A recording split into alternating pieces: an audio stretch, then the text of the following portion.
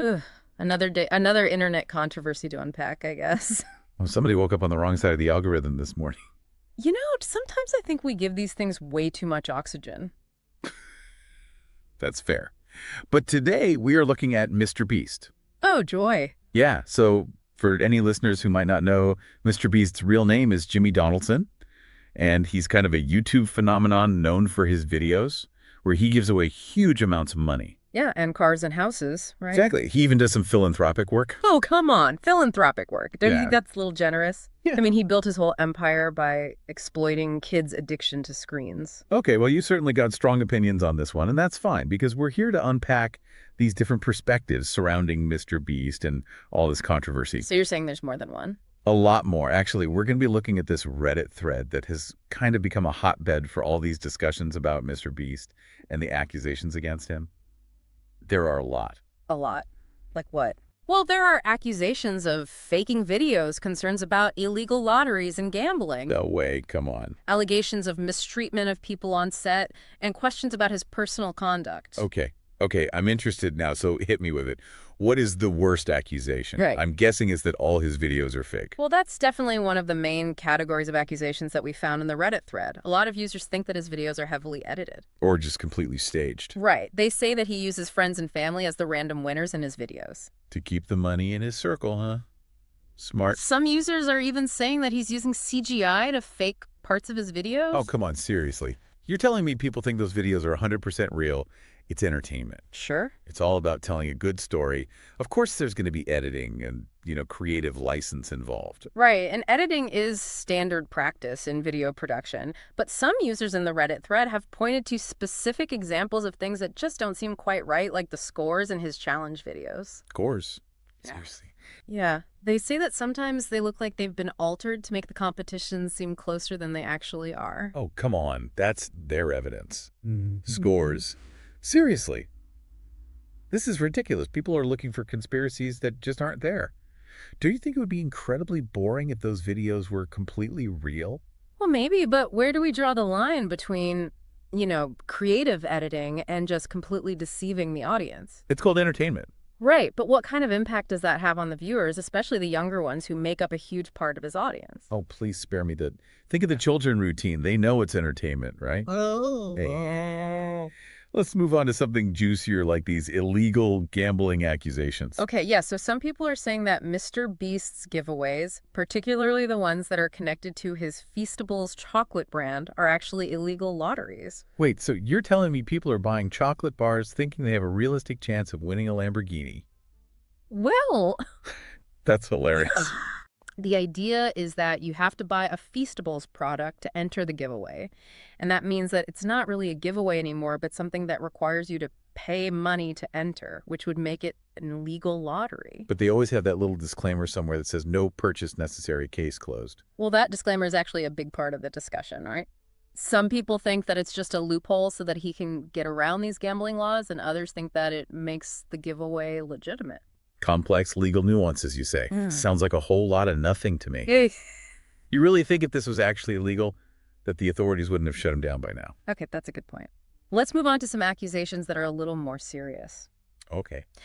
The next category we found is about exploitation and mistreatment that happened during the filming of some of his videos, especially the Beast games. Oh, the drama unfolds. So what did he do? Make a couple of contestants cry? It's actually more serious than that. Okay. Some comments on the Reddit thread allege that contestants were put in really dangerous situations during filming. Like what? Things like starvation injuries, even people having seizures because they couldn't get to their medication. Hold on. Coerced. Come on. Yeah. You're talking about people who signed up to be on a Mr. Beast video. They knew what they were getting into. They probably got a huge appearance fee on top of everything else. That might be true, but even if they did get paid for it, there's a power imbalance here, right? Mr. Beast and his whole team are the ones in charge, and some users are wondering if they abuse that power. Listen, I am all for fair treatment and safety, but let's be real here. It's a competition. Things are going to get a little intense. Are we really going to analyze every single injury? Maybe these people just weren't cut out for it. Well, there are also concerns about whether there were adequate safety measures in place and whether the production team provided proper medical care. Okay, fine. So what about this whole thing with his employee? What was his name? Chris? That seems to be getting a lot of attention online. Yeah, so Mr. Beast's association with Chris, formerly known as Chris Tyson, is another thing that people are talking about. This should be good. Chris has been accused of grooming minors, and so some of the users in the thread are questioning whether Mr. Beast knew about these allegations and what he did about it. Here we go. The cancel culture brigade comes from Mr. Beast. Yeah. Look, I'm not defending any bad behavior at all, but guilt by association? That's a little ridiculous, don't you think? Are we now holding people responsible for the actions of every single person they've ever worked with? It's not that simple. The Reddit thread has a lot of comments about the impact that the situation might have on Mr. Beast's young audience, and some people think that he should have addressed the allegations directly to kind of ensure the safety and well-being of his viewers. Oh, come on. You don't think people are overreacting just a little bit? It's so easy to just hop on the internet and start pointing fingers without knowing all the facts. Right, but these accusations have sparked a conversation. Because it's the internet. And even if they aren't true, they raise important questions about accountability and transparency and how much responsibility comes with having a huge online platform. Okay, I get it, but isn't it all just entertainment at the end of the day? People watch Mr. Beast to see these crazy challenges and huge giveaways. Do we really need to analyze every single detail of his life and business? That's a good question, but can we really separate the entertainment from the ethical considerations? And should we? It's YouTube, not the United Nations. People need to relax and just enjoy the show. I see your point, but these Reddit users are saying that viewers, especially the younger ones, are starting to realize that there's more to online entertainment than just, clicks and views.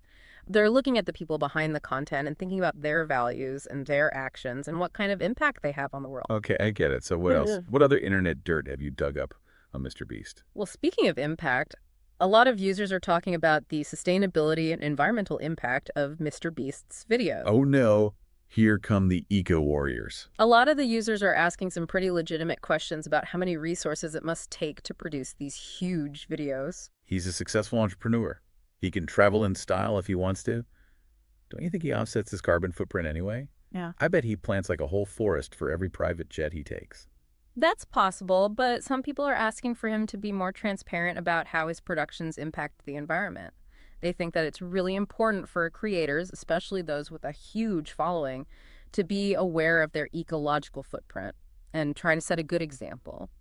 Look, I'm all for taking care of the environment, but let's not get crazy here. The guy is creating jobs, he's entertaining millions of people, and yeah, he even gives some money back to charity. I think we can give him a little bit of a break. Maybe, but can we have both? Can we have entertainment and sustainability? Ooh, that is a deep question. And you know what? All this serious talk is giving me a headache. Are we done with the doom and gloom yet? What else is there? Well, moving on from the environmental stuff, there are quite a few comments about Mr. Beast using what some people call clickbait tactics. Clickbait? You mean those titles and thumbnails that make you want to click on the video? No way. I can't believe YouTubers want people to watch their videos. What a shocking revelation. Okay, well, yeah, those are really common on YouTube, but some users are saying that Mr. Beast takes it way too far. Give me an example. They say that he exaggerates what's going to be in the video or makes promises that he doesn't keep. Oh, the injustice. You mean a video called I Gave Away $1 Million? Doesn't actually show Mr. Beast giving away $1 million. Yeah. I am shocked. I tell you, shocked. Who actually believes that stuff? Well, some people think it's misleading, especially for the younger viewers who maybe can't tell the difference between the hype and reality. They also say that it creates a culture of, sensationalism and instant gratification. Come on, it's entertainment. Yeah. It's not like he's making anyone watch those videos. People click on them because they want to see crazy stuff, and that's what he gives them. What's the big deal? Plus, everyone does it. I know, but this Reddit thread is making us think about the consequences, especially for younger audiences who might start to believe that everything is exaggerated and manipulated. Hey, come on, you're being dramatic. People need to be responsible for their own choices if they click on a clickbait video. It's because they want to just, no one forced them. All right, fair enough. How about we switch gears and talk about something a little different, like how much Mr. Beast focuses on consumerism and materialism. Wait, what? You mean the guy who gives away cars and houses left and right promotes consumerism? No way. It's come up a lot in the Reddit thread, actually. Some users are saying that even though his videos are entertaining, they might also be adding to this culture of just buying more and more stuff. So They say that always showing these extravagant prizes and all that lavish spending might send the wrong message to young viewers. you can't be serious. Are you blaming Mr. Beast for consumerism? That's like blaming McDonald's for obesity. People can make their own decisions. That's true. But this Reddit thread brings up some really good points about the power that the media and role models can have on us. Maybe Mr. Beast isn't single-handedly responsible for these trends, but it's something to think about. What message is his content sending, whether he means to or not? Look, I get it. It's good to be aware how the media can affect us. Yeah. But let's not overthink this. Mm-hmm. It's just entertainment. If people want to buy a Feastables chocolate bar or dream about winning a Lamborghini, let them. I get it, but the discussion on Reddit is saying that it's just not that simple. All right. It's not about blaming anyone in particular, but recognizing that the media can shape our values and how we see the world. Okay, I see your point. But honestly, don't you think this whole controversy is just a bunch of jealous people trying to tear down a successful guy? That could be, but I also think that when someone gets as famous and successful as Mr. Beast, they're going to be under a microscope. And in today's world with social media, that just gets amplified so much more. Well, speaking of scrutiny, Yeah. what else is there? What accusations did you find? Okay, so moving away from the consumerism stuff, there's a lot of talk about Mr. Beast's businesses, especially Mr. Beast Burger. Mr. Beast Burger. You mean those ghost kitchens that make those mediocre burgers using his name?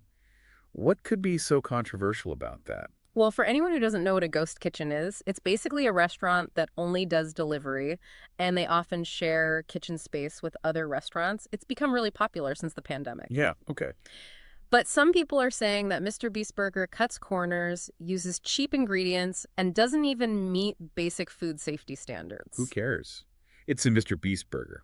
What did people expect? Gourmet food. Well, some customers have said that they got sick after eating Mr. Beast Burger, Okay. and now they're worried that the company cares more about making money than making sure their food is safe. Oh, come on. A couple of upset stomachs doesn't mean anything. I'm sure it was just a coincidence. Maybe, but the Reddit thread has screenshots of people complaining and even some health inspection reports that are a little worrying. There are also accusations that the franchise model is predatory and the people who buy into the franchise are struggling because the fees are too high and the quality control is inconsistent. Okay, I'm not saying that Mr. Beast Burger is perfect, but it's fast food. You get what you pay for. Plus, all publicity is good publicity. Well, some people think that even fast food should be safe and taste decent. And they think that Mr. Beast needs to make sure that the food he's selling is safe and meets people's expectations. Fine, I get it. But at the end of the day, it all comes back to entertainment, right? Yeah. People watch Mr. Beast for those big spectacles and crazy giveaways. No one really cares about a couple of burgers. You're probably right, but we still have that question. Can we really separate the entertainment from the ethical stuff? Well, that's up to each person to decide, isn't it? You're right, and that's what makes it so interesting. What do you mean? We've seen so many accusations against Mr. Beast, everything from faking videos to using shady business practices and even concerns about his personal life. But there's no easy answer. Is he really a good guy, or is he just a really good manipulator? So what's the verdict? Hero or villain? That's the million-dollar question, and honestly, it's up to each person to decide. We've looked at all the evidence and the accusations and all the different opinions from the Reddit thread, so now it's your turn. Well, there you have it. The Mr. Beast controversy laid bare. Personally, I'm not that surprised. Fame and fortune change people. Maybe, or maybe this just shows that even on the internet, there are real-world consequences for everything we do and the content that we watch. Wow, that's deep. Very deep. Well, that's all the time we have for today. Thanks for listening, everyone.